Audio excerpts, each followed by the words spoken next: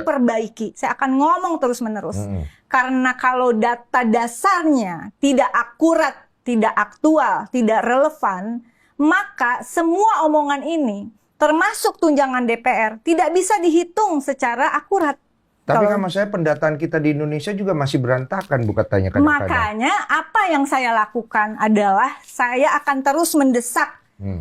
Ini kalau boleh ditambah ini tuntutan. Undang-undang Sistem Pendataan Presisi Nasional. Iya. Itu belum ada. Yang ada hanya undang-undang statistik. Statistik itu hanya satu dari data analisis. Pertanyaannya, statistik yang dilakukan BPS, data dasarnya apa? Nah, itu dia. Dengan anggaran tadi 6 triliun, ngelebih-lebihin anggaran perlindungan pekerja, ya, Kementerian Tenaga Kerja 1,3 triliun, Kementerian Perdagangan 1,4 triliun, dan dia hanya untuk menampilkan hasilnya saja minta 3 triliun.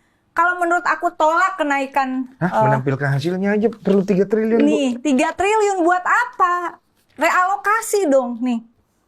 Penyediaan dan pelayanan informasi statistik aja harus 3 triliun. Pertanyaannya, 3.000 triliun dengan hanya angka-angka seperti ini yang dijabarkan.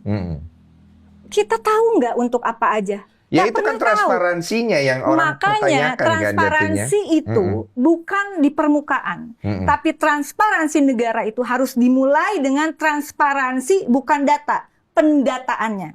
Pendataan itu harus melibatkan rakyat. Dari mulai pendataannya. Berarti digital dong? Digital. Ini udah jadi dan terbuka dan semua orang bisa mengakses, maksudnya kayak begitu. Peta kayak gini yang bikin rakyat desa loh. Nerbangin drone, lalu kemudian diukur dengan nanti masukin aplikasi by name by address.